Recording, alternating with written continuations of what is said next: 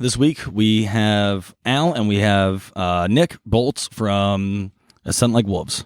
Guys, thanks for coming on. Thank you so much, man. Glad to be here. Thank you. We yeah, for sure. Appreciate you making it through with the road conditions the way they are and everything like that. It's a little crazy out there. Yeah, no doubt. Really excited to have you on here. We have some exciting things to talk about, which is great. Can you give us a little bit of background information on you guys, where you started out, where you're from, your band? Just kind of give us a little information about you. For anybody that doesn't know you. Yeah. So, I mean, we've actually been a band for a long time, since probably May of 2010. Wow. So we've been kicking for what seems like forever now. At least for me, I feel just like insane that I'm still doing this, and I'm almost 30. Like this band specifically too. Wow. Oh, so it's been the same band for almost 11 years now. Yeah. Wow. Okay. Yeah. So I feel a little crazy. But the only other founding member that is still in the band with me is our guitarist Jeff, and lately he just has been focused on studio writing and being a part of the band in that aspect. Mm-hmm. So he hasn't been playing live shows. I think the last one he did was maybe 2018. Okay. So we initially started a band with a couple other guys, but we added Nick, I think, in 2011. So he was an addition. He didn't replace anybody. Mm-hmm. So I would say us three are pretty much like the founding members of the band, and Cody joined in 2014. So, but we put out our first record, And the Story Goes, in 2013. And it's funny because I originally performed all the vocals on it. And except for the final song we were tracking, I had him like just go in there and he did some screams and they were really good. So we were just like, well, fuck, why didn't we just have you do all the screaming on the album and stuff? And that's kind of what happened. So we just absorbed Nick slowly into the band like that. But we didn't re-record any of the vocals because we didn't have the budget at the time to do it, because the album was pretty much already completed and that was like the last piece of the puzzle. So yeah, since then we put out Frigid Future and we signed to We Are Triumphant, and currently I think Greg is based in LA, and that was he moved there like a while ago. But we put out Spirit Vessel initially on CI Records, and I don't think we didn't quite get along with them. Yeah. I mean, I'll just put this out there publicly, like we never actually signed a contract to them. And I don't even know if the owner of the label knows that. So it was pretty easy for us to just kind of like give it to We Are Triumphant now, and that's what we did. And Greg signed our whole back catalog. So all of our releases currently are signed to We Are Triumphant, including this new one. But it's kind of like our last option with the label.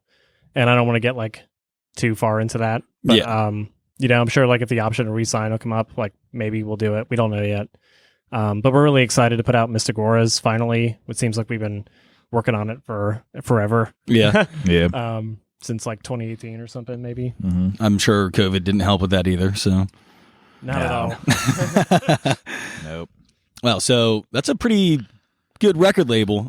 You guys have toured in Japan, Europe, right? We haven't been there yet. Not Europe? But we were supposed to go, I think, in 2017. And I think we actually went to Canada instead. Okay. Because I don't think we fully were promised the tour expenses and the budget for that tour. And we weren't convinced that it was set into motion the right way it should have been. So we didn't do it. Yeah. But I think it was supposed to be like the UK and France and Germany. Okay. So we haven't quite gone there yet, but it's definitely on our bucket list now. It's on our radar. Definitely have a lot more fans in that area that have been asking us to come over. That's insane. So, yeah, that's cool. Yeah. Where all of you toured then? So you've been to Japan, we've been to China, okay, and, South Korea. Wow. We like drifted through Hong Kong for like a day. Yeah. What's that like? It was a long day. Yeah. So it's kind of like crazy that we flew into Hong Kong, and then once we got there, the first thing they did was like check our temperature and stuff. We went through, and this was like 4 or 5 years ago now, but so we had to go through their customs and their border, and we actually walked into the mainland China border too. So it was just like a long ass day of going through borders. That sounds and the culture there, like everybody walks like super fast too, and it's like you just got to keep going. if you stop, like you're not going to make it. Yep. So Yeah, definitely one of the worst days of my life. How's the music scene out there though? Like, Oh, it's banging. yeah. Yeah. Especially in even just any part of China, I mean, the place is pretty much as big as the United States. So we pretty much spanned every city you can think of, and every time we'd have a show, it'd pretty much just be our band. Oh, really? That's it. Yeah, I mean, sometimes there'd be some cool like Chinese openers on there, but a lot of the time it was just us, and then just the people who came to see us. Yeah. And a lot of really, really dope bands we played with in Japan too. The metal core scene is strong. In Japan? Or? Oh yeah, Yeah? Sometimes I just watch in awe, about like bands like opening for us on the show. I'd be like the local bands are on like another caliber there. Yeah. Yeah, they're somewhat. Yeah, they were like, I was like, wow, these guys are like super professional, type, way better than me. It was wild, like noticing that at first, but the second time we went back, it was just like so much fun. Yeah. Like, I don't really think we worried about that kind of stuff, but it's interesting when he was talking about like opening up for shows in China. Kind of the I don't want to use the word culture again, but I guess it is. People show up like when doors start, and then they leave like right after the show's over. Like, they don't. Everybody's around. dips. That's it. So it is really just go, go, go. Like, It's like show's over. That's it. You know what I mean? Well, I think they also don't really get like that many international bands over there because we had to get a visa, and I think we used the same visa the second time around. It lasted a decade or so. oh, wow. Yeah, so we could still go back if it the time would ever allow us. Probably not right now or the next year or the year. Yeah, I mean, just It's going to be a little while. it's gonna be a hot minute, unfortunately. Well, we've been to Wuhan twice. Oh, really? We have been to ground zero of it. Yeah, I've been like around that fish market area where this whole thing supposedly began. No way. Yeah. What's it like out there? Like, does it look like the videos? It Does looks like a place a virus would start. You know Okay. what I mean, like 100%. You'd be like, yeah, okay, I can see that happening. Yeah. At least the part we were in, just a really urban city. Lots of street vendors and street food and just anything you can think of. I think the first time we went over is like December, so not as much activity there. But the second time was like around May. It was kind of hot, summertime, so there's a whole bunch of action in the streets. I think Cody set off fireworks with with some of the locals or something like that. Yeah. We played a festival, and I remember it was so hot, like I felt like the skin was just melting off of my body. Like it was unbelievable. Yeah. Great day apart from like a couple of mishaps, but I think at some point Cody drunkenly stumbled outside and was shooting off fireworks with the locals. So. That's amazing. It sounds like me and Cody would get along, actually. Yeah. So wait, I want to circle back to the China's music scene. Like, do they have like a pretty decent like metal presence? Like, I've been in metal for well over 10 years now, and like I can't name a single Chinese metal band of any subgenre. Maybe Chinese not so much. I mean, there's a few good ones that Life Awaits. That's a really good Chinese band. Okay. I think next time we're supposed to play like a show or two with them when we go over. That's been the agenda anyway. Nice. But most of the local bands we played with, I think, kind of remind me of more or less like local bands like here. Yeah. We played with some band that had all these authentic Chinese instruments too. Like, how like a ska band would have like a horn section. Mm-hmm. It was just a lot of that, and then like a Schecter 7-string. That's amazing. Yeah, that was cool. So is it kind of like, I mean, you guys are familiar with like Shrezzers, right? The Russian band. Yeah. Is it kind of like them, like they sing in English because they don't really have a huge like metal presence out there? Or? Yeah, I guess like all the bands probably, all their lyrics are in English. They are? Yeah. Okay. Even in Japan, like I feel like that's just the norm. I don't know if that's because they want to fit in with like the genre, like the scene from America and stuff like that. But I guess my guess would be that that's the case probably. Yeah. Yeah, I mean, for sure, especially I noticed in Japan a lot more like women in the metal scene, just as like sound people or just in the band. It was just more women in general. Like usually here, I just see it's like all dudes. You know what I mean, like no matter what state I'm in, all dudes. It's all dudes wearing the same thing. Yep, it's all dudes. Like basically all the time. Over there, it was like every other show would be like like the sound guy be a sound girl, or it'd be just like the vocalist in the band, and like a heavy fucking band would be like this tiny girl. Nigella. Yeah, and then she would like she made me just look. She like... had like Phil Bozeman type scream. Are you serious? Yeah, yeah. She was like it was nuts. 5'1", like 5'1". skinny girl. Yeah, that's really cool. I'd like to see that. Yeah. So I mean, it's definitely it's like refreshing almost. It's like wow, this is like I don't see this a lot in America at all. So it's really cool that everyone's kind of involved over there in the scene. That is really cool. It's like more inclusive, a little bit more diverse. Yeah, it's definitely like something to behold. Really good like choreography for bands too. Yeah, just insane. Shout out Sailing Before the Wind. Really dope band. You should check them out after this. That's pretty much like the definition of like Japanese metalcore is Sailing Before the Wind. Okay. So that's just if you start there, just start with that band. I just typed that in. Well, so we actually did a feature for them. I think 2 years ago. We're on a song. It's called Northern Wings. Yep, Northern Wings. That's really awesome. I'll look out for it. Yeah. It was released a couple years ago. But yeah, dope band. Really cool guys. Good. Well, so I kind of want to go back to the Mystic Auras. Dude, it just feels unreal. Yeah. Like, yeah, we've just been sitting on it like a pile of gold for forever almost, it seems like. When did you start working on it?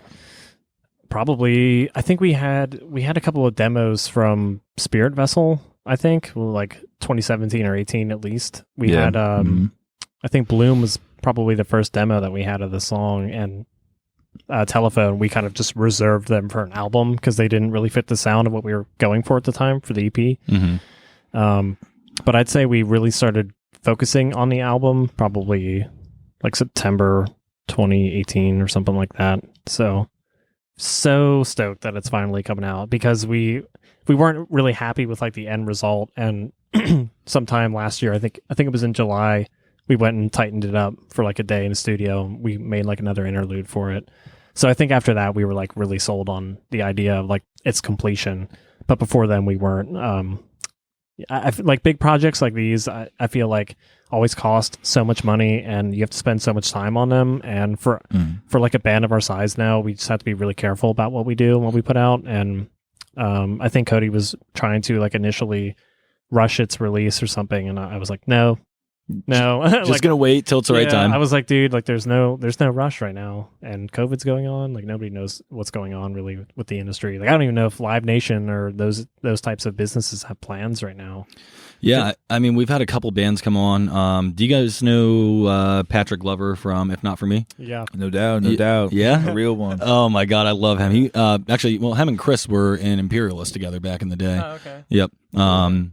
So I've known him forever. Love that guy. And we were kind of talking about like the whole music scene and like, what do you think it's going to be like here soon? And is it after this stuff goes away? Is it going to be better? Is it going to be worse? Is kind of like the different things we were talking about. And it's a really interesting scenario because we're in such a wild fucking place in this world right now. I think it's cool that bands are just releasing this stuff on their own now without help of a label or anything. I feel like if this whole thing has shown people anything, it's that you can just do it yourself and like release music when you want to, because that whole time schedule, like like us, we had to really turn this thing in. I think we were trying to get Ken from Crossfaith agreed to do a guest vocal for us. You guys have a lot of features on this album, I saw. Yeah, that's another thing. So instead of Brian from Currents, originally it was going to be Ken from Crossfaith, and that was Nick's pick because Death Effect is his song. But he was like, yeah, I could probably do it like September. And at that time, it was 2 months from now. And we were like, oh, fuck, dude, we got to turn this thing in now.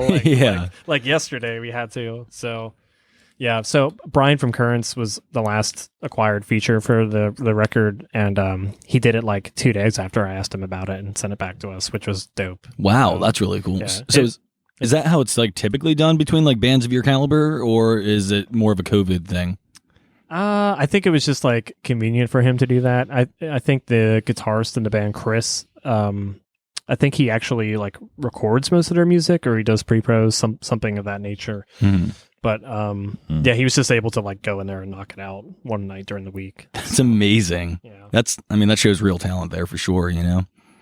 But he was like, oh, yeah. Like he had like lyrics back to me the next day and like an idea of what he was going to do. And yeah, they just kind of worked out their parts together, and like it was easy. That's amazing. Yeah. That's so cool. So, wait, what were we just talking about before that? We were, the guest vocals. The guest vocals, yeah. So, who else do you guys have coming out on this album with you? JT from Era, Buka from Make Them Suffer, and then there's Oh, no way. Yeah, that one's pretty cool. I'm excited for that. And then Matt from Novelist. / Salem. That all right. So that one right there, Alan told me about that. How the hell did you get him on there? He's from France, isn't he? Like, Yeah. So, Yeah. all right. Can you walk me through that? Or can you? Or Yeah. Definitely. Yeah. So yeah. You want to take the floor? Well, I guess. All right, he talked to you, not me. Is that how it went? Yeah, I don't know Okay, if I mean. Yeah. Yeah, Well, go ahead. I think initially, so Novelists, I think, is kind of like at that time it was more of like a newer band to us. Like we didn't really listen to them that much, but our guitarist Jeff, I think that's like one of his favorite bands. I didn't discover them till I think like this past summer. Honestly, Yeah, they've got some really good Whack. albums out. Oh, I know. I've been missing out. Yeah. But I think we actually played a show with Novelists I think it was at the Voltage Lounge with Ocean's 8 Alaska Ooh, and like Moss to Flames. That was the lineup. And yeah. So you've played with all those bands? Yeah, it was like one show. Oh my god, It was pretty man, cool. I'm so Yeah. jealous, man. Yeah, it was dope. Mhm. But I saw that he was like sick on tour, and me and him like kind of just been chatting on the internet like a little bit before then, and I brought him a bunch of like cold medicine and shit I bought at Target, or I think that's where I got it. And I brought it to the show and I gave it to him, and he was like so stoked on that. Like he was super appreciative because it was like their first US tour. Okay. And I'm assuming so. If not, they probably didn't have many friends over here or people like that would just go and do that kind of stuff for them. So yeah, after that we just like hung out at the show and kicked it, and things have been cool ever since. And I think a few months later I just kind of like shot him over the song, and he was like, oh hell yeah, like I'll do it. It's like, okay. Cool. That's awesome, Yeah, man. dope.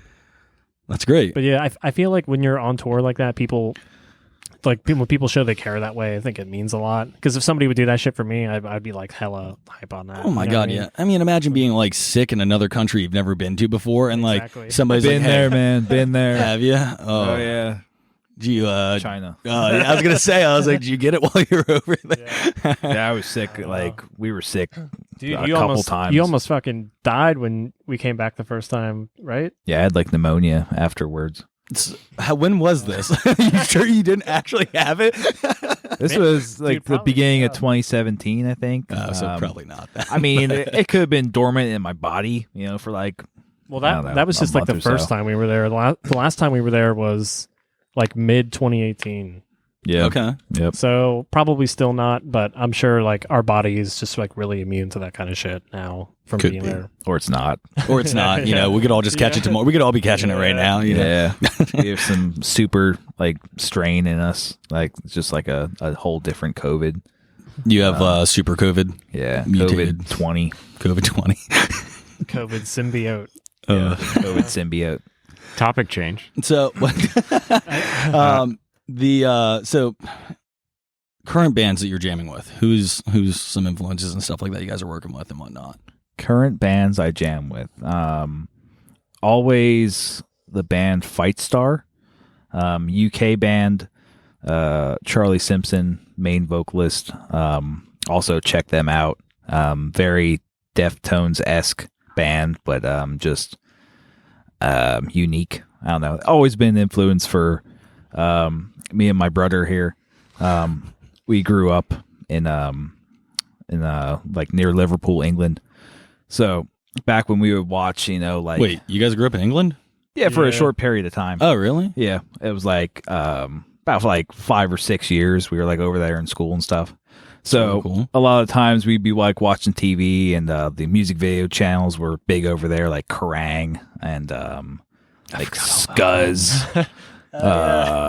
Q. Fucking Q, yeah. So, and back then we'd see like all these like crazy, pretty much just like English, like British bands, and they just blow our mind. They kind of introduced us to like music. Yeah, I think that's probably the reason why we even do this now.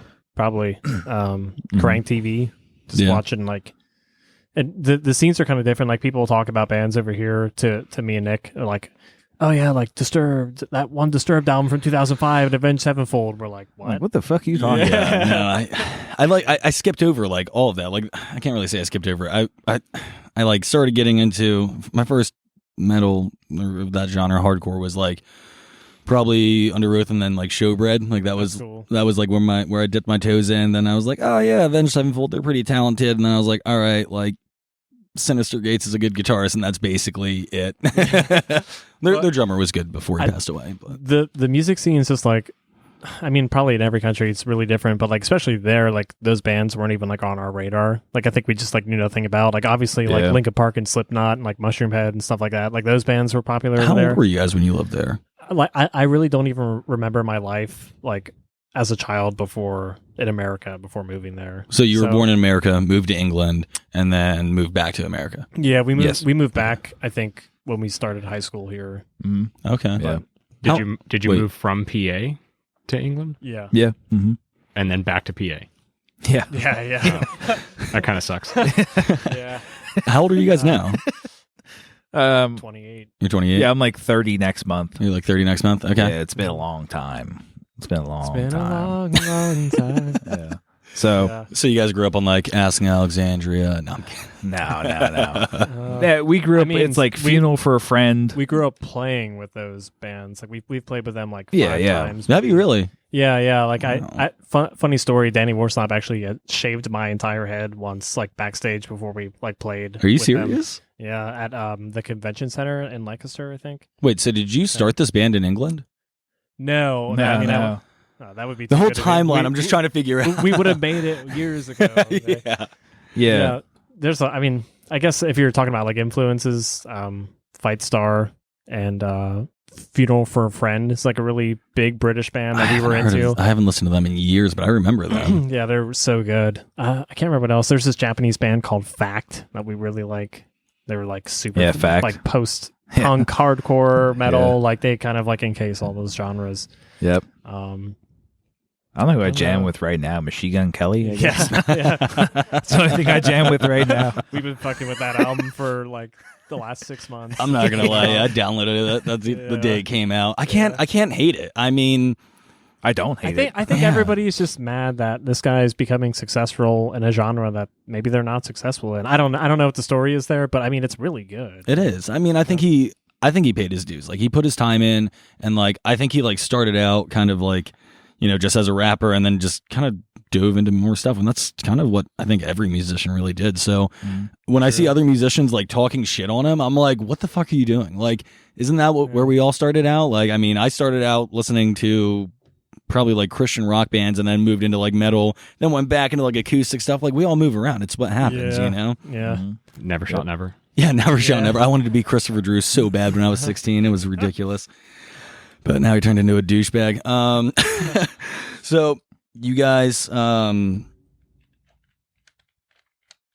God. So Mystic Auras, where was your inspiration on that album itself?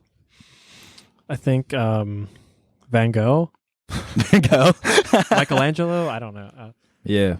Yeah. Both of them.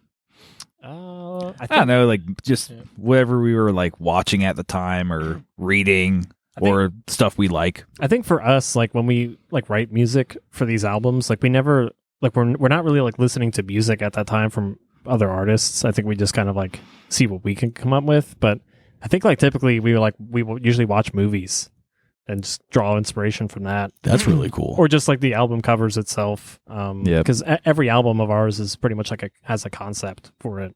Oh, really?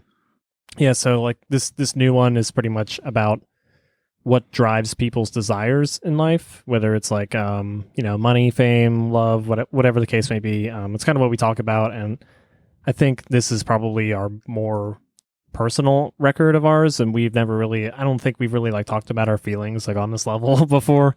Especially like writing together is kind of weird like that sometimes, but It's tough to like get those emotions out and like show it to somebody else, you know? It's just yeah, especially Nick, he's just looking at me like, because we've been through a lot of shit like over the years and stuff, and I mean, you know, he's like my best friend, vice versa. So it's not really like that weird, but sometimes when we write songs, we are in other rooms. You know what I mean? And we like come out and like show each other like what we did or like what melodies we came up with and stuff. Yep. But That's a good time. I'll be like, that fucking sucks. But it's easier because we're brothers, so you can say that. Yeah. And, like, no one will be like we'll just sit there pissy after the whole like time. 3 hours and we'll be like, dude, this fucking sucks. Like, it's like, yeah, we can't use that. And we're like, all right. Like I think especially for this album, I was in kind of like a funk and I like didn't want to do shit. He was like, yeah, we really have to turn in something tomorrow. We're going to record it. mm-hmm. Like we were literally under pressure like that a lot for these recording sessions. Like I think it was Aquamarine. We were still writing fucking lyrics on the way to the studio while I was driving. Oh my God. Yeah. Just stuff like that. And you know what? It's going to sound badass. Just wait for it. Yeah. Yeah, that's all. We work under pressure best, I guess. I don't know. I think most people do. I know I do. People say that, but I think for us, it's definitely true. I feel like we just perform that way. I don't know if it's because we're lazy, like, or when we get there, or whatever the case may be. But I think we just like really stay focused and like buckle down on what we have to do and the story. I mean, I'm kind of the same way. Like your brain, I feel like just sometimes for certain people, obviously, but like just kind of focuses better, and you can kind of prioritize things whenever you're under pressure and just kind of get that creativeness out there. Right. It's tough to keep yourself busy, you know? No doubt. That's the line of the show right there. But it's really cool though that like it's funny what you guys said about like the whole music thing, because me and my brother were both roommates, both musicians, nowhere near probably to what you guys do, but you know, we both started playing guitar when we were like 10 or 11 years old, and piano at a young age as well. So we have we have a small little studio set up in our guest room. Me and my brother live together. I mean, sometimes, we'll go in there and we'll jam together. And then other times, like, I just hear him in his room with the guitar and I'm like, fuck it, I'm going to grab one and go in my room. And like, you know, we'll just be jamming and then we'll meet in the studio, jam together, or we just won't at all. It's just nice, like, working with a family member or brother. Like you said, you can tell them it sounds like shit. Nobody's going to be mad about it or anything. It's really cool. Yeah, exactly, man. Yeah, it's cool. Definitely a cool experience. I don't know. Yeah. I think like, especially like for this release, it was kind of the first album that we were writing and recording where we went in different months at a time and kind of knocked out days like that. Because we've been recording with Atrium Audio, Carson and Grant since the band's inception pretty much. And they just moved to Think Loud Studios in York.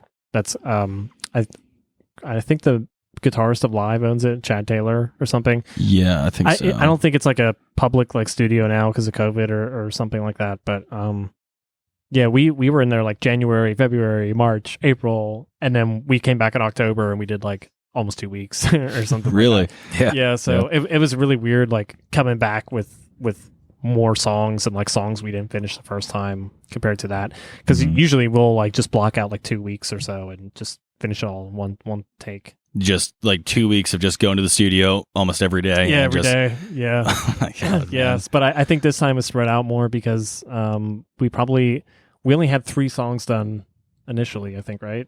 Yeah. Something like that. Yeah, we had 3 done. How many songs are on the album now? 10. 10? Yeah. Wow. 8, really. There's 8. Yeah. I mean, one of them's kind of just like an intro, and the other one's more like an interlude. But there's like, I would say like 8 full songs. But yeah, there's 10 tracks. I think like the interlude's probably one of my favorite parts about the album too, because it just kind of like really slow. It slows down the vibe, but it's kind of just like a nice break where it's needed type of thing, like the middle of the album sort of. Yeah. So that's actually the last thing we tracked for it. Our guitarist Blake just went in there and knocked it out in the morning, and we finished up some vocals and added a few things here or there. But so we only had one studio session while COVID was going on, and that was last July. So we started recording the album in January of 2019, and we finished it last July. Wow. Which was like over a year or something like that. I mean, you got to factor in COVID and all that stuff. Yeah. When was the last time you guys played a show? Like, it's been a little bit, hasn't it? Right? Yeah, like December 2019. Did we even play any shows before I think the last COVID happened? I think the last show was like December 23rd, 2019. Wow. It was like the last day of tour, I think. And then I think we had a show scheduled in February maybe of last year, and we canceled. I don't remember why. Yeah. But yeah. Man, at least you didn't have like a tour booked or anything like that. Well, we had plans. That's the thing that sucks too. It's yeah.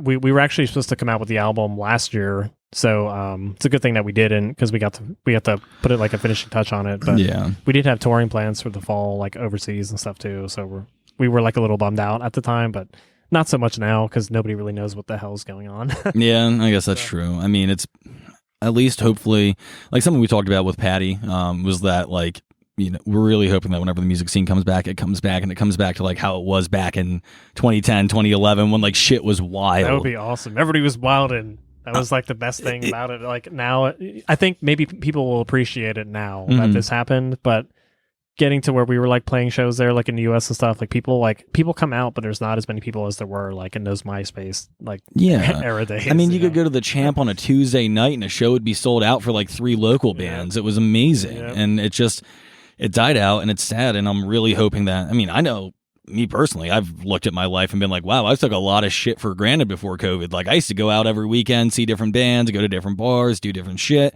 And like now I just straight up can't do that. And this fucking sucks. So like appreciate it more next time, you know? Yeah, we've adapted to just being like cavemen, I think. I think but I mean, I feel like our band, we're kind of like introverted anyway. Like we don't really like go out and socialize that much. I mean, I feel like we've slowly been on the decline of doing that. Like if we're like not on tour, like working on stuff, we'll like go, you know, like we'll go see like If Not For Me play or something nearby, or you know, X Band at Chameleon, rest in peace. Yeah. Oh yeah. But, oh my god. yeah. I forgot that even happened. That's horrible. Fuck. That's horrible. I have no idea where the new spot is, but apparently it's still in Lancaster. Yeah. So. I hope it stays out there because it had like such a good scene. I can't even remember what the last show I was at there. I know I saw Whitechapel there at one point and a few other guys, but it had to have been a while ago. Probably launch, honestly. Yeah, I don't remember the last time I was even there. Yeah, it just sucks because like when you're there, it's like you don't know that's the last time you're ever gonna be like in that building. I think I was in there February of last year. There was like some kind of show going on in the lounge. I think that was probably like the last time I was there. But the last show I went to was at the Foundry in Philly, and it was Currents and Silent Planet and Invent Animate. So like I'm glad I got to go out on a good note with seeing shows. So my last show was actually All Time Low at Club XL in Harrisburg. Oh, they played there. Yeah, they my brother bought like 10 tickets because he's loved them since he was a kid. Honestly, I fucking love All Time Low still. I gotta admit it. So it was good to see them before all this shit went nothing down. personal or so wrong it's right. So wrong it's right all day. I mean, I don't even feel like it should be like coffee shop soundtrack and So Wrong It's Right. Nothing personal. Absolutely was amazing, but yeah, coffee shop soundtrack really. Is that the EP that came out before? Yeah, that's the one with Jezzy Ray and Running from Lions. That song. Oh my god, that song will choke you up sometimes. Man, that's a good one. Yeah, everything after that, I just like don't remember from that band. Yeah, if I'm I know. being honest. That's all good. Do you guys want to take a quick break real quick and we'll roll back into this? Sure. Cool. Yeah, it's fine. Yeah. All right, sweet.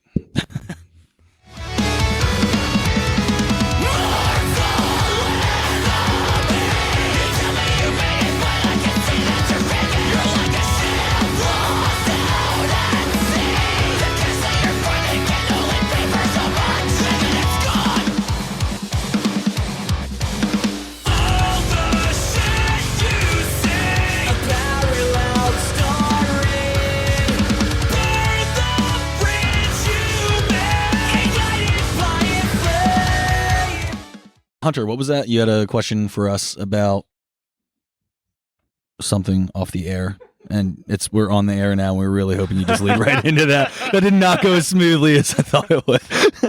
Yeah, so you mentioned you had some songs from like a previous album that kind of got trimmed off that you added onto this album. So how many recording sessions did it take to get this whole album put together? Obviously, I'm not looking for like a hard number. You don't have to. No, we need days, hours, minutes, and seconds. Well, All right, I got this. Yeah. Give me a second. I'm thinking of a 32.33 percentage of Repeating, of survival. course. Yeah. Okay. All right. Yeah. Yeah, I don't know how many. It was like I know 1, 2, 3. It was at least like 10 days before we actually started the whole block session of recording that we went there individually, like 10 individual days before. But how many total? But do you hammer them out like one song at a time, or do you record like 2 one day and then 1 another day, and maybe you do 3 because you're on a roll? So, well, I think the first thing that we do when we go there is Cody will track all the drum tracks, and typically that takes like maybe 3 days of time with editing because he can do them pretty quickly. Yeah, but we do like 3 songs in like a period of time, and then we jump back and do like maybe like 5 that we'd have like studio time for and stuff like that. But they always start out the same and like end the same. But yeah, it's like usually the instrument dudes work with Carson while me and Nick work with Grant for like the entirety of the whole so I have like no recording. fucking clue, like Yeah. like instrument wise, like what they did or like how long it took. Yeah, So you're not all in the studio together? Oh, we are. It's Okay. just that we're just in separate rooms. Oh, okay. Yeah. So our experience is just like a lot more different than theirs. Kind of They're- isolated. Yeah, they're like Yep. off doing their own, they're like crazy shit, and we're with Grant just making a bunch of South Park references and stuff like that. Yeah, it's like a totally different like vibe. I don't know, because Yeah. we'll just be like pretty much in like the same room, but just in like opposite corners almost, where it's like, oh, there's the instrument room, and like we're in like the vocal room, like all the way down. we'll walk in and we'll be like, oh, what's done? Like leads, cool, like that's dope. And then we Cadoba, and then we go back to doing vocals. Yeah, But yeah. yeah, I don't know. I mean, it's just a kind of like a not like a difficult question to ask, but I mean, every time we go in and like make like a EP or an album like that, it's like always like drum tracking, and then we don't even have a fucking bassist anymore. We just plug that shit in. Yeah. Yeah. I think we gave up on having a bassist like a while ago. Like just nobody can really like commit or like take it. It's hard to find members that are like really, really serious about this kind of thing, especially at our age, and can commit like the time and money to it. And it's So- a little easier now because you don't have to play live. So Yeah, right. you can kind of get away with that. Right now is good. I mean, we just play with 2 guitarists live anyway, and just backtrack the bass. So, like some people like I feel like would shit on that, but I've seen a lot of bands do that lately. Like Yeah. live, like playing shows. I've seen a lot of bands be like that. Yeah. I mean, I've seen bands track lead and rhythm on guitar. I mean, it's Yeah. 2021. We kind of have the Yeah, technology yeah. for it. Like, if you need it, why not use it? Yeah, I mean, Yeah. I've seen plenty of track backup vocals too, Yeah. Yeah, which seems like kind of cheating, but it keeps you on rhythm at least. yeah, Yeah. it does. Like I feel like some areas kind of like helps too, like with like listeners in the crowd. I feel like some backing harmonies and stuff. But sometimes we can just do it like flip flop now, or like if he's doing the chorus, I could do the harmony. That's really cool. But speaking of the songs that we had from like the last session, we didn't actually record them. We just kind of made our own pre-pros. Like we use Pro Tools and stuff too.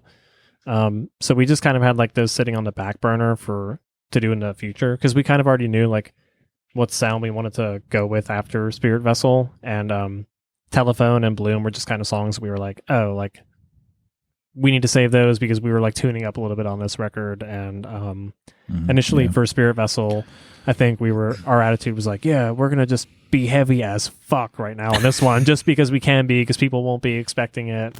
So they went more with the vibe of this album. Yeah, I think that's just kind of what happened. And Spirit Vessel didn't even really turn out that way. Like our tuning in most of the songs is F sharp, but I'd say they're kind of like really like vibey, and there's just so much like melody in them. A lot of clean vocals and singing on the songs. But with Mystic Auras now, as we've introduced Nick doing a lot of the clean vocals too, and he's actually done some of the choruses on this album, which he hasn't done before yet, in like in a sense like Wolf's like traditional sense. Yeah. So, Yeah, it's pretty hard. Yeah. I was gonna say that's That was hard. Yeah. So Yeah, I had a good time doing it. I think it's like a really cool vibe it gave off. I don't think anyone will know I don't think people can tell the difference. Between your voices? I or- really don't think so, no, man. I mean, I don't could- know. I mean, I think Can there's a you little tell? bit. I mean, it's a little bit, but like some points, it's like For like cleans, I feel like for verse like singing parts or something, people probably have no idea. Yeah. Well, I mean, I asked you guys whenever you got here, I'm like, who does cleans and who does uncleans? But yeah, like, yeah. the thing is that like I could both. tell, but like I wasn't sure. I'm like, are they both switching or? Yeah, anyways. Yeah, it's funny because I thought like we would do like little to no screaming on this album, and I actually have done like the most screaming for a release in a while. Like I got to scream Yeah. some of the verses and stuff, which is cool because I That's wasn't cool. expecting to do that, and I've also like not actually have. I only really like track the low screams for like on like layers for him, Mhm. at least on like past releases and stuff. So for me to do that, I was like fucking hyped. Yeah. It's like yes. So were you more traditionally unclean and you were traditionally, oh, I'm sorry, clean and unclean? yeah, Yeah. I'd say so. Yeah, Yeah. I kind of eased into like the more like singing route, like down the line, just because I don't know. I knew I We're could. old. We're Yeah. getting old. I knew I could do it though. You know what I mean? So it's Yeah. like, why not just plug it in there and see how it sounds? Yeah. But I think it sounds pretty good. Do you ever? It does I think it sound sounds really good, pretty good. but- Yeah. We, I think you guys sound pretty Yeah. good. Fuck. So, I We mean, I weren't think it even sounds like- pretty fucking good. we weren't even like trying to just be like, oh yeah, we're gonna make this like fucking radio album or something like that. Like, I think like it was kind of like a natural progression, Mhm. and we just kind of wanted to see like what we could come up with like ourselves and just go with it. And I think that's what happened, and it turned out really cool. yeah. So yeah, it was just like really interesting, like hearing him develop as a vocalist, like over time, because I was already doing it all at one point, and then he joined the band and stuff, and just like hearing his growth throughout the records is really cool in my opinion, and I think he like fucking kills it That's on awesome. the album. So That's really yeah, cool. I'm proud of you, Doug. Yeah. Thanks. Yeah. Were you in like any Thank bands you. before Scent Like Wolves, or were you into the music scene at all, or anything? Or? Nah, dude. No, Uh-huh. I was just like a fan. Yeah. You know what I mean? I just He used to like help us like with merch and stuff, I think. Before. yeah, just like go to shows and like support the band. And then one stuff. day you're like, yeah, let me spit some shit, and it's Well, stuck. yeah, it happened in like Atrium Audio's first location in on Prince Street in Lancaster. They're like, I think it's Yo. their second one. what? Oh, second one. Sorry, yeah. Their second one, and they're like, yo, go jump in like the booth and like go lay down some tracks, and probably still the best tracks I laid down to this day. It didn't get better after that. I was like, wow, yeah, it sounds really good. But no, I mean, I don't even remember why we asked you to do that. I don't know But either. Yeah. I think he might have. He's like was at one of our practices or something like that, and he started like fucking around, and he could actually do it. I was like, in my mind, I was like, I hate doing this live. Would you like to do it? Like, so I mean, you can't have a practice without fucking around. Like I used to go to their Yeah. practice every Wednesday, and I would always just be like, "Hey, let me steal a mic real quick." yeah, something, exactly. dude. Yeah, That's band practice right there. dude, it's a good time. Like it's good for the soul. It's good. It's like it's therapy. It's good. I Yeah. feel like like in the early days too, there was like such like a sense of like innocence and stuff too. Like we were just more about like having fun Mhm. and like the band is like this fucking giant Gundam now where it doesn't move fast, it moves slow, and we have to like take like one step at a time, like everything that we do. You know what I mean? And it never used to be like that. Like we kind of were just like, oh yeah, like let's go fucking play this show, like let's go hang out at band practice, do whatever the fuck we want to, like this night, see if we can come up with anything, and if not, we'll just go fuck off and watch TV or like do whatever we want to, go see a movie, you know. Mm-hmm. But now that it's more of like a business and we're older, like it doesn't work like that at all. No. We're just like fuck, like we gotta write some songs. So Let's get this Yeah. together. Let's tighten this Yeah. up. Yeah, no, it's you're running it like a business, but you still gotta have your fun with it, of course. we do. Yep. Yeah, That's really cool. that's what the road is for. Yeah. Yeah. Got any crazy tour stories for us? Yeah. I think Cody just shared one for. There's an outlet called Digital Tour Bus, and he kind of just like described like our first 48 hours in China. The second time we went there, it was just like ridiculous. It was a very long day. So pretty much, I mean, I guess I can tell that here too because I don't think it really matters. But the flight over there is like 14 hours long. From JFK? I think it's Newark. Yeah, Newark. Oh, Newark. Yeah. Okay. Yeah. And you actually fly over the North Pole to get to get there. Oh, really? Yeah, so at you'd like look out your window halfway through the flight and be over like Siberia or some shit like that, and you'd be like, "Well, if this plane goes down, I want to die on impact." Yeah. Because like- I don't want to even try to survive that. So, Yeah, like definitely. when we got there, the other booking agency dude was supposed to pick us up, and we didn't find him. Like, he was nowhere to be found. So we were like, oh no, dude, like we're stuck in China like the first 10 minutes we've been here.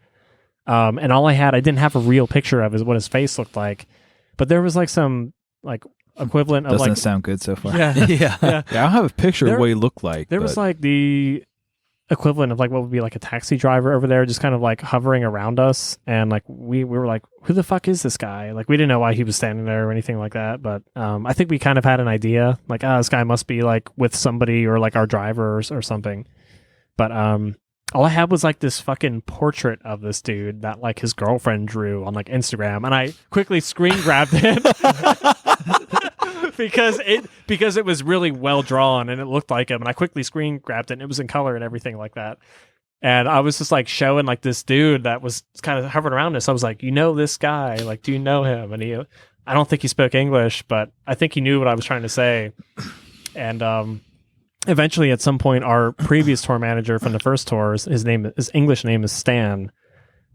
He like saw me from halfway across the airport, and he just like ran like as fast as he fucking could and just like jumped onto me. He's like, "Oh, I'm so happy I missed you guys." Like, I was like, where the fuck did you come from, man? Like, the band Secrets was touring there at the same time, Yeah. or they were meant to be, and they got quarantined on a plane in South Africa because of somebody was sick on the plane, I think, like out that way. So they actually couldn't go and tour China then. So What? so he was going to be their tour manager, but then ended up being ours Yeah. again. And we were like fucking stoked on Oh, it. that's really cool. Because this dude is the fucking man. We call him One Night Stand for a reason. Like, he's cool, man.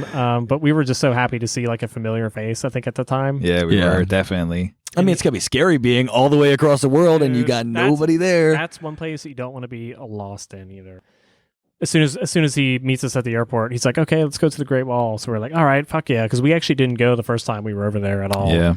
Which kind of bummed us out. I think like half of the band didn't want to go. We're like, "When the fuck we were going to come back to China?" Yeah, when the fuck are you gonna get to see it? Yeah. So thankfully we did, and yeah, we took it was like an hour and a half like drive in this van. Went up to the Great Wall, and I remember I was trying to get batteries from one of the shop owners right there, because I'm like a hipster sometimes. I had like a Polaroid camera and I forgot to bring fucking batteries. So this lady's like, "Oh, 50 yuan." I was like, 50 yuan? 30. How much is that 30. in American? I think like one $1.80. Who knows? Yeah. man? it's like mad like I think like $1 US like 8 yuan. So Okay. it's like Something like that. mad different. Yeah, I mean, you're like a millionaire. Yeah, I mean, even if you're like a band guy, you're like, oh shit, I got some cash. You know what I mean? Yeah. Yeah. But yeah, But everything out there is negotiable, right? Like the Yes. prices and stuff. Like Yes. that's Yeah, so I was like, fuck, 30 yuan, and she was like, 40. I was like, 15 yuan. And I never do this shit. Like, it's completely out of my character, but I was like, I'm not fucking spending like, on like a fucking pack of AA batteries, dude. I don't even know what brand this is. mm-hmm. So I was like almost out of the store. I was like, 15 yuan. And she was like, okay, 15 yuan. I was like, thank God. Like, she didn't know how badly I needed them. I was like sweating. I was like, am I going to go to jail for this? Or, you know what I mean? But yeah, I got the batteries, and then we were good to go. We went on these cable cars, and I think the cable car we rode in was Bill Clinton. The thing said, Bill Clinton's been in here. He rode this car. And we were like, who the fuck does anybody even fucking care about Yeah, that? exactly. Like, It's a weird thing to put on a cable car. Yeah. Did you wipe it down? The next one behind it had next one behind it has a plaque and says Monica Lewinsky's been in this one. Yeah. It was cool though. Like, I don't think we've ever done sometimes we do stuff like that on off days for tours and stuff. But yeah, like while we were there, we were scaling the wall and just kind of checking stuff out up top. And like our tour manager was just like, "Yeah, so guys, like there's actually a show tonight," and we were like, "What?" Like, it was like we completely had no idea. Like, we were supposed to play a show the same. We landed there at like 1 PM. So at this point, it was like maybe 5 PM at night. And he's like, "Yeah, we have a show tonight. It's like a like a kickoff show, like it's a free show at a bar in Beijing. So, and that's where we flew into, was Beijing. So Okay. it was like close by, but in terms of Chinese traffic, close, not Kickoff at show, all. yeah. Yeah. It's a kickoff show. It's like a sporting event we were playing. Like, here's the kickoff. I'm like, all right. It was just all right. Let's get this one in. Yeah, it was cool, man. It was in I think it was called like Temple Bar. Just like a floor show. Everyone was like going nuts. We had like these power adapters, for like our gear plugged into the floor. Got smashed immediately by people. So I mean, Well, we took a van from the wall straight to our hotel, which was like smack in the middle of the city. And he's like, "Okay, you guys have to meet me in the lobby in 15 minutes." We were like, "Dog, like we just got off of like a 14-hour flight, went to the Great Wall, like scaled that, like we were beat, like we hardly slept. Like you can't sleep on like a plane." No. So we were just like, "Fuck!" So we had to grab like all of our gear, our merch and stuff in 15 minutes. And we met him out there, and the walk to the venue was like a fucking mile or so, wasn't it? Like, yeah, it took at least like 25 minutes to walk to. And we were just like carrying all of our stuff, like weaving in out of people. And it was like a very busy street of Beijing. Mm-hmm. So we finally get to this place and do sound check. And like he was saying, as soon as we played our first song, this drunk dude just like steps on all of our shit, like our vocal pedals, and like busts the fucking adapters. Like, I thought you meant like you got like drunk immediately, got wrecked immediately. Now I wish I could have got wrecked immediately, man. Yeah, okay. Believe me. Now everyone else was wrecked, and they just like spilled beer and like Just destroyed your stomped shit. all our shit. I was like, fuck. I'm like, well, luckily I got backup in my bag. Yeah, I mean, yeah, but I think like I don't think that we really did though. We had like one adapter, but we only had like one actual cable to the vocal processor we were using at the time. Okay. So once he like fucking broke the adapter that was attached to this plugs, we were just like, fuck, like did this do anything to this equipment? Like we had no idea. But while that was going on, we played 2 songs, and there was some fucking Cody witnessed some fight outside like 20 minutes before we started playing. And we were like our 3rd song in or 4th song in, and the fucking police come in with fucking searchlights while we're playing, and we're just like, what the fuck, like are we getting arrested or some shit here? Because I don't want that to happen. And I guess they made us stop the show, and everybody was just kind of like, what the fuck is going on in here? Apparently, I guess this dude assaulted some other guy's girlfriend. Oh shit. And the police were just like, I guess it was like 2 people involved, and then one dude just got straight up fucking beaten with like these batons from the police, and the other guy escaped and ran into our show, and they were trying to find him. Yeah, that makes sense. So I guess I don't know if they found him or not, but they left, and we resumed playing, and then they fucking came back in again like 20 minutes later with lights, and they like found the dude. So we had to stop playing twice, and like the owner was like, "Yeah, guys, like we might as well just like call this one." So like you didn't even need to play it in the. No, we didn't even need to play the show, but it was really fucking packed because they made it a free show. Okay. It was like Yeah. it was like to like start the tour type of thing. So it was good to like get the name out there. and the it was recognition. like Oh, such yeah. a sick show too. yeah. The So sick. vibe was pretty cool, and we got fucking wrecked afterward. yeah. Yeah. So Oh yeah, I wanted to ask you guys because you said you went to South Korea. Did you try?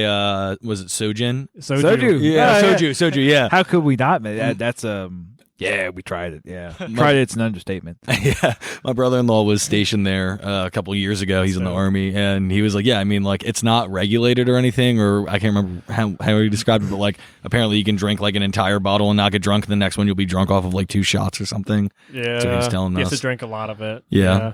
But they have all kinds of flavors. I think grape was like the go-to. Yeah, That would probably be my go-to. That's my go-to for everything. The one without any flavorings, not good.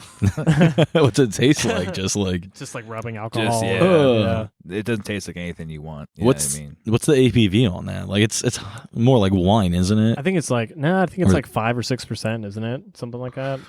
Oh, I think it's on the lower side. I don't remember.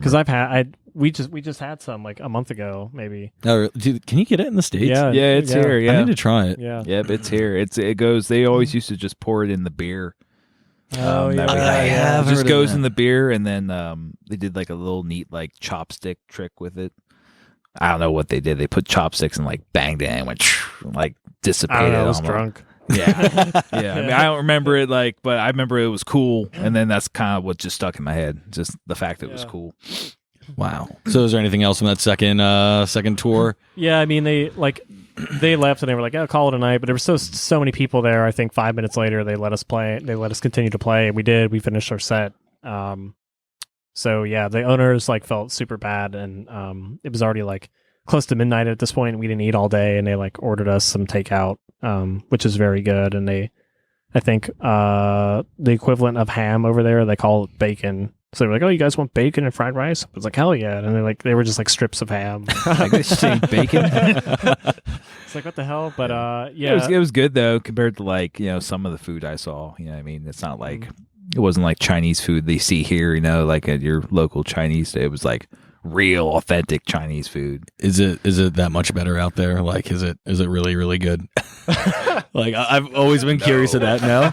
I mean, it may work for some people. Just for he's like, no. For me, well, do you remember we ate that, wasn't my stuff. They have some some interesting cuisine out there. I think we ate chicken feet the first time. They a little scratchy on the way down. I can imagine. What else?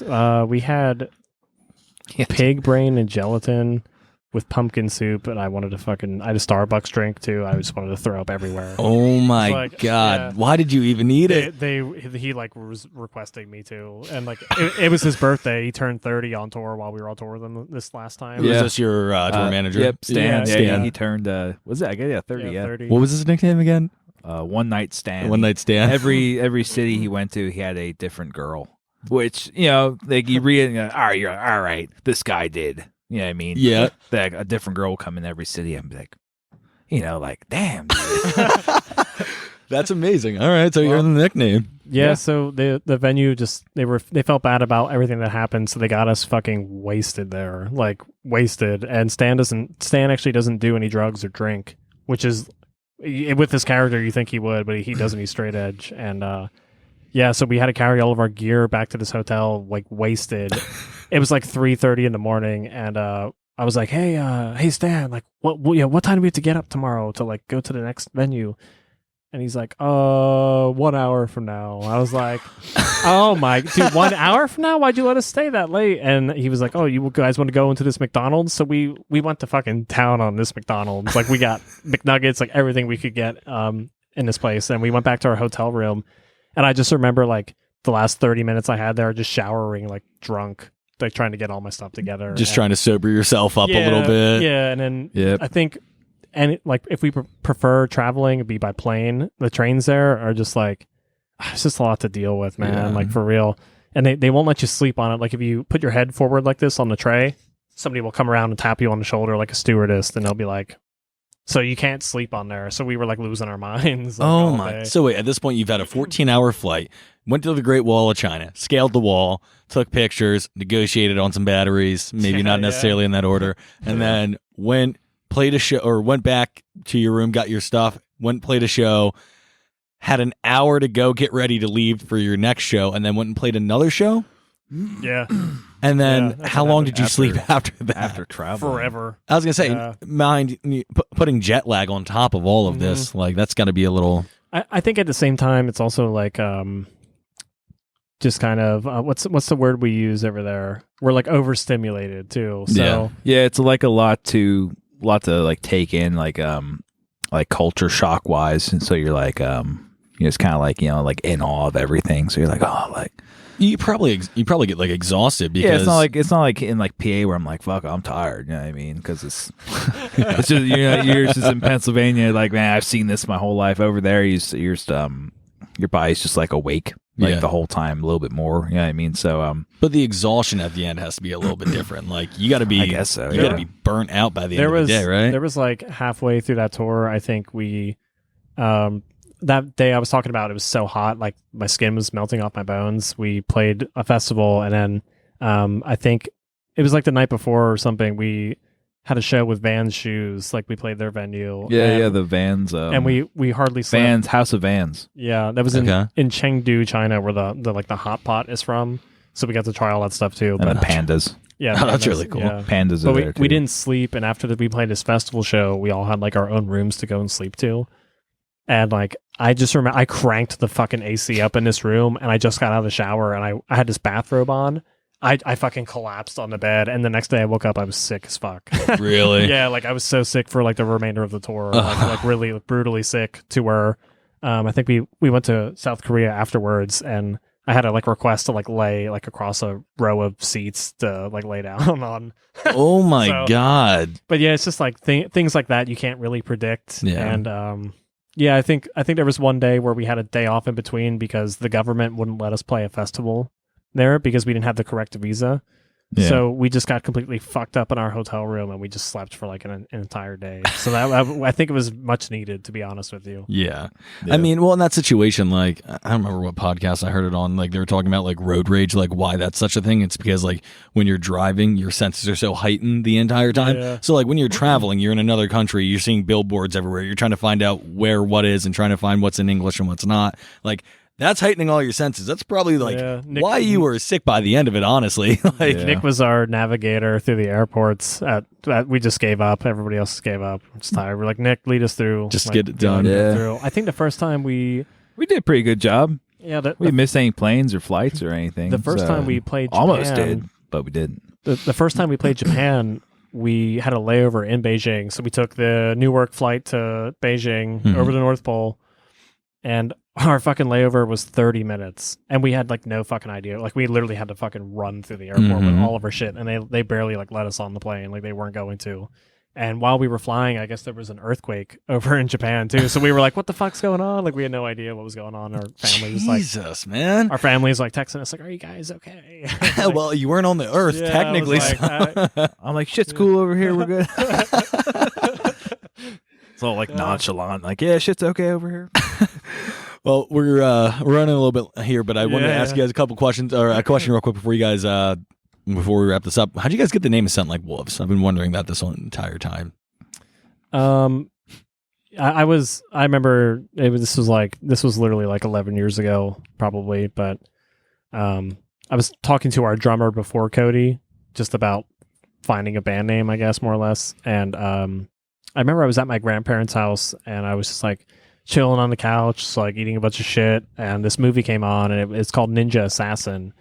And halfway Ninja Assassin. Oh my God, I think I remember. Hunter, did we watch that one when we were? Yeah. Yeah. The guy's name's Rain, who stars in it. Yeah, there's so much blood. Yeah. So much blood. I was just like this the whole time watching it. Like, I didn't, so he's like texting me like, "Oh, we gotta come up with a name." I was like, "Yeah, man, we'll figure that out." And I think halfway through the movie, he's talking to the other main character, and she's like, they're in a car, I think, right? And she's like, Yeah. "They're following our scent like dogs," and he goes, "No, like wolves." So that's where the band name comes from. No way. Yeah, I was like, "What about a scent like wolves, dude?" He was like, "Oh, that's pretty cool." I was like, "All right." That's awesome. That's actually a better story. That's amazing.